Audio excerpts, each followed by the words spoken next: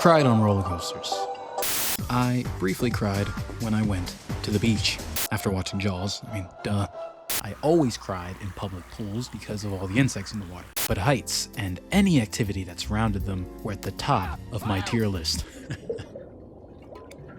I remember looking at kids in elementary school climb trees and rusty gates around my school and wondering, what in the are they doing? I didn't get it. And like a lot of things, it all started to make sense when I played a video game. One that was very different from the wacky platformers I'd played before. No, not this one.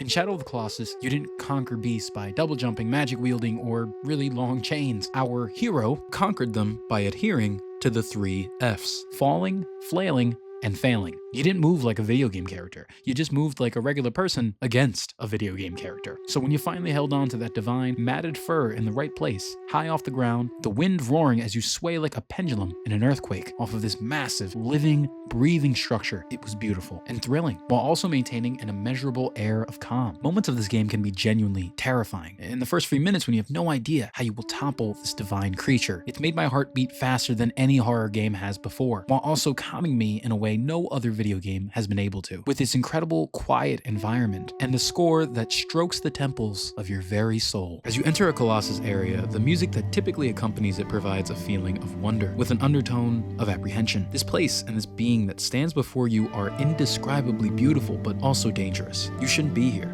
yet you are.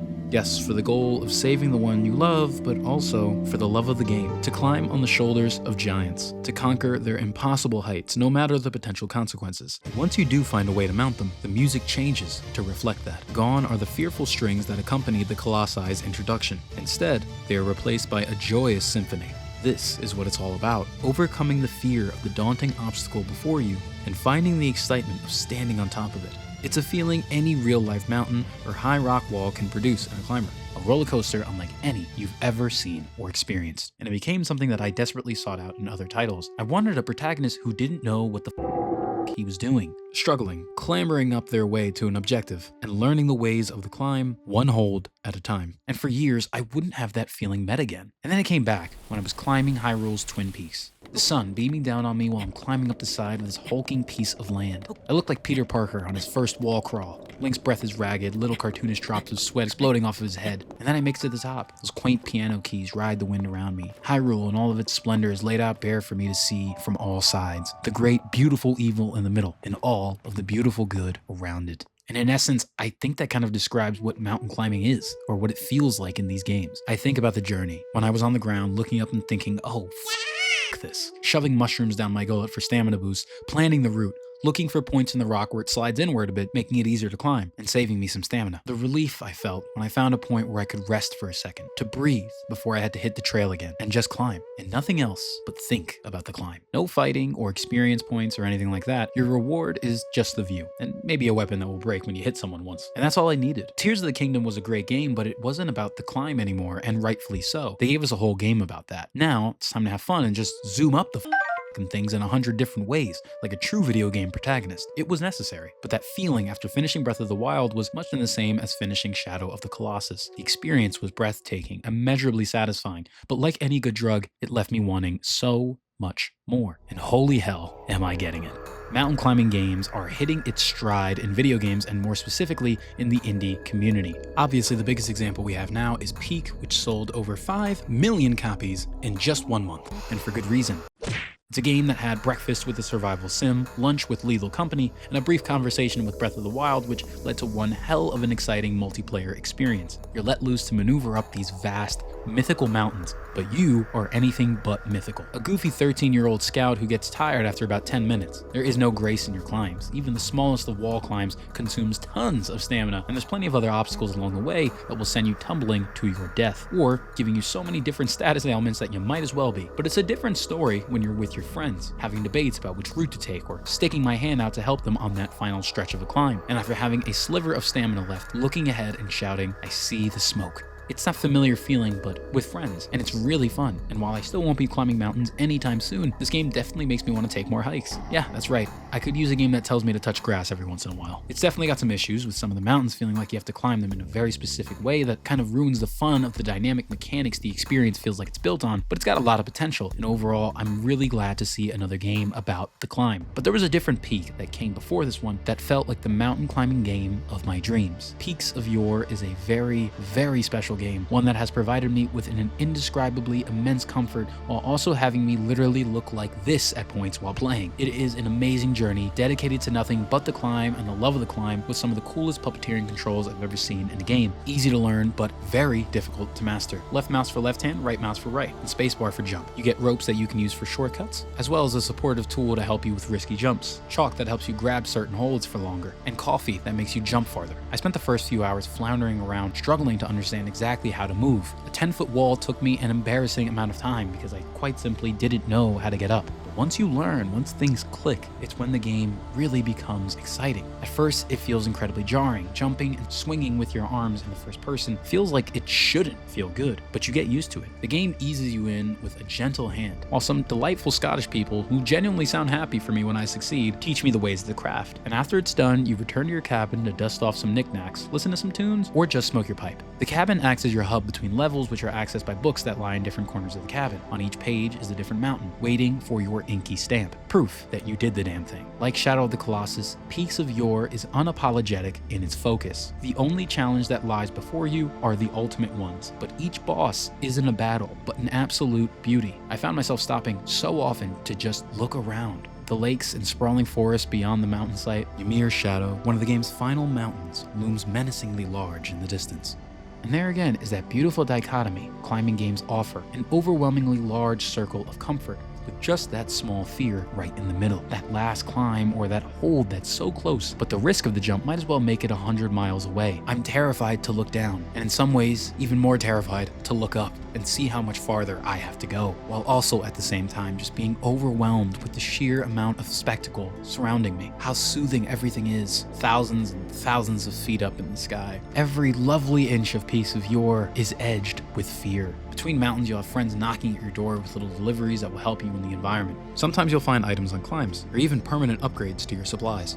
But Peaks of Yore introduced a whole new dimension of challenge by making you think about every single hold you make. You can't just clamber up any side of these mountains, and each hold has their own personality. Some can only be held for a certain amount of time. Others have tumbleweeds over them, requiring you to remove them before you can proceed. Others constantly have you sliding down, forcing you to scramble and decisively plan your next jump before you go sliding to your death. And while the game may start off simple, by the end you'll be climbing mountains that feel true to life and scale. You will spend hours on some of these levels. Your hands will cramp worse than almost any other game you've ever played. You will buy gloves literally just for this game because you are ruining your keyboard with the amount of sweat that is getting into the keys. God, I wish that was a joke. Peaks of Yore physically exhausts me every time I play it, and yet I never feel intimidated. There's always a friendly face encouraging me to push on, or another mountain I could try instead. Peaks of Yore wants to present you with some of the most daunting challenges you can find in gaming, but it doesn't want you to be afraid of it. And on that successful run, when you finally make it to the peak and see that book open in front of you, waiting to be stamped, the small little sound cue that rises in anticipation, eagerly awaiting you to leave your mark, that plunge you make with your stamp feels all too similar to Wander's final plunge into a Colossus. Except, I don't feel bad about this one later. It all culminates into this sharp and quick piano melody that's gone as quick as it came. A fleeting note of satisfaction that almost feels cut short, because that's all you need. The real satisfaction didn't come from the peak. It came a lot earlier.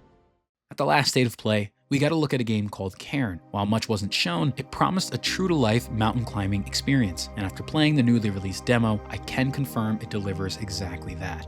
You play as professional climber Ava, who is on a mission to be the first to reach the summit of Mount Kami. If successful, she'll be the first ever human to climb its peaks, but the road won't be easy. And seriously, it's not, because this goddamn demo was hard. Cairn takes the puppeteering controls of Peaks of Yore and gives it cocaine. Now, you can not only control both your arms, but also your legs. You have to evaluate each and every hold and how it will affect the current position of your body. And there's no yellow paint here. Each rock wall is scalable in a couple different ways, but you'll have to find that out yourself. It's not always apparent exactly what parts of a wall are scalable. Sometimes you'll find a comfy hold. Other times you'll inexplicably fall to your death and lose 20 minutes of progress. Generally, you can assess your level of danger by the protagonist's breathing, which, while kind of annoying at first, becomes a smart way of measuring your level of danger. The more precarious her position, the harder and faster she will begin to breathe. And when things get really bad, the edges of your screen will begin to fade to black. And that's when you know you're about to eat shit. The protagonist is pretty flexible, and this translates to the gameplay as well. She can get a good stretch that covers a surprising amount of distance and makes far-off holds easier to grasp. This movement took me a couple minutes to get used to. The game is a pretty quick tutorial that honestly feels a little too breezy, not accurately conveying the nuances of its own climbing mechanics. But after 15 minutes of playing around, it finally clicked, and I found it to be incredibly satisfying, albeit really hard. There's quite a few mechanics in play outside of the climb here. While in Piece of Yore, you just had to focus on your next hold, there's so much more to keep track of in Karen, which has decided to add survival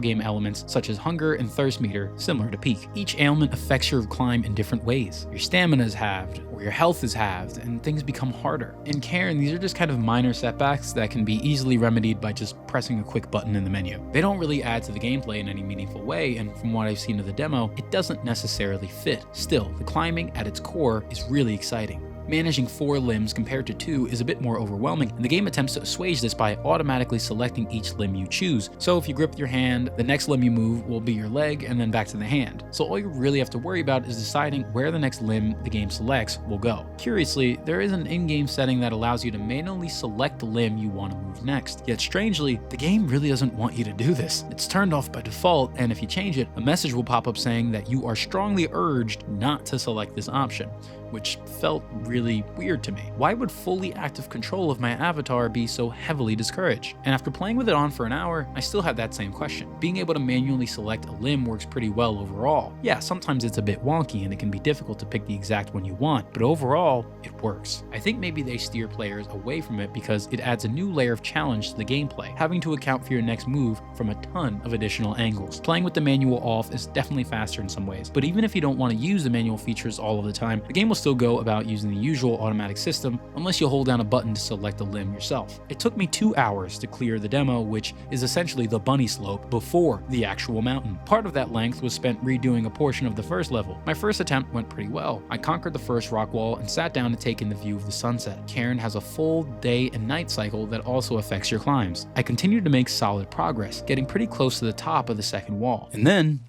this happened.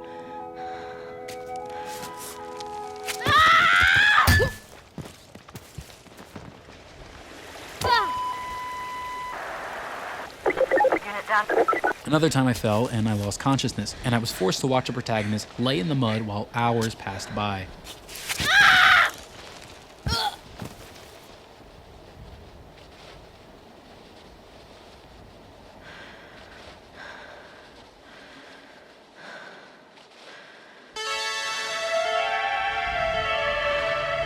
The game demands your utmost attention to survive, and I can't imagine how difficult the final game will be. While I'm not on board for all of the game's mechanics, I think it's a welcome step in the right direction of what I wanted to see from this genre. Naturalistic movement with an emphasis on chill, terrifyingly stressful vibes. It's just you, your robot, and the mountain. It's a game that certainly won't be for everyone, as it adds a lot more intensity to the gameplay loop than its peers, but after spending so much time with its demo, I can confidently say it will be for me. It's a movement system unlike anything I've seen before, and I really love the amount of control it gives to you, even if it really doesn't want to give it to you. You just have to use your wits to find and plan the best routes. And speaking of planning, I do love how the game lets you take a bird's eye view of the rock wall in front of you. You can soar up to the skies and look at the rock wall from a few different angles, mentally planning your route, which usually gets scrapped halfway through when I inevitably decide to climb another route at the last second. It's an exciting experience, and the full title should be a great time. While writing this script, I thought about the 2023 indie game Jusant, which had been on my radar since its release. I put the game off, but it looked like it checked all these boxes. I wanted to incorporate it into this discussion, and so I looked up when the game was going on sale and hollered with excitement when I saw that PlayStation Plus made Jusant its free game of the month. Jusant is a lovely game, but also not what I expected. More journey than Peak, Jusant is an intimate experience about connecting with what was lost. Echoes from a dead civilization not washed away, but dried and turned to dust. Water came from these magnificent creatures who lived in the sky, but when they ascended, they never returned, and humanity's water supply dried up. And so too did everyone with it. Some attempted to climb and find them to reclaim their water, but most failed. You discover this through the letters you find in various homes as you ascend the tower. It was sad reading passages from once happy people who are now presumably dead and gone. As dismal as Jusant's plot seems, however, it gives off a much more hopeful air. Our silent protagonist smiles throughout the whole journey, and it makes these images of broken, abandoned homes and paper ghosts feel less heartbreaking to see. To not be sad over what has been lost, but grateful for what we had.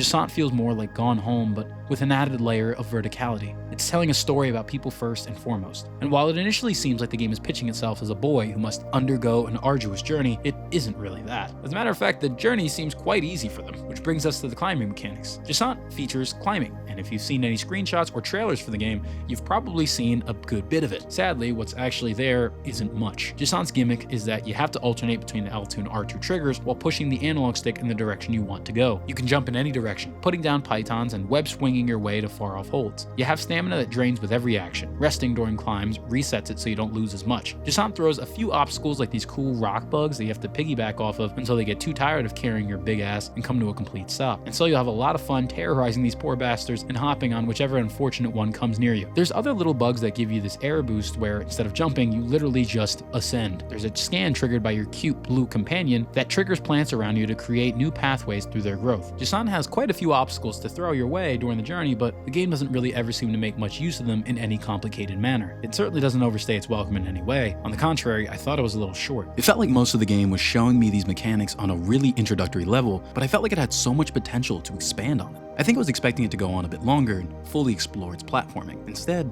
the game just kind of gives you a free ride up to the peak, which feels like the biggest sin you could have in a mountain climbing game. It all ends with a climbing course that incorporates none of the elements that came before it and took me less than 10 minutes to complete. And I guess this is also fine. Not everything needs to be an extensive, intense platformer as much as my brain may want it to be. Jusant told me a story, and it finished telling it. It's not interested in becoming that, and I think more than anything, these gameplay mechanics just make the environment and world stand out more. Riding massive, thorny vines while they spread upward in a matter of seconds was always a cool sight. Being encircled by these light bugs as I flew up into the air, or just bobbing my way through rock bug traffic.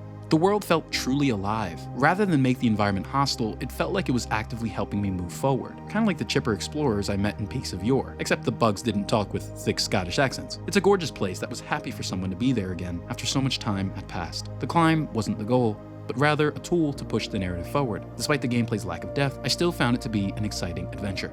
I am awestruck by all of these titles and all the places they have mentally taken me. It's a balance the best of games achieve, whether it's the joy of pulling off a headshot in the original Resident Evil games, getting rid of one less giant, shambling obstacle in your way to make your life just a little bit easier, or placing a rope after crossing a terrifying crevasse. We live for the relief in the fear, in the excitement, in the adrenaline. And whether it's a moving enemy or just a wall, the best of games will make an exciting journey out of both.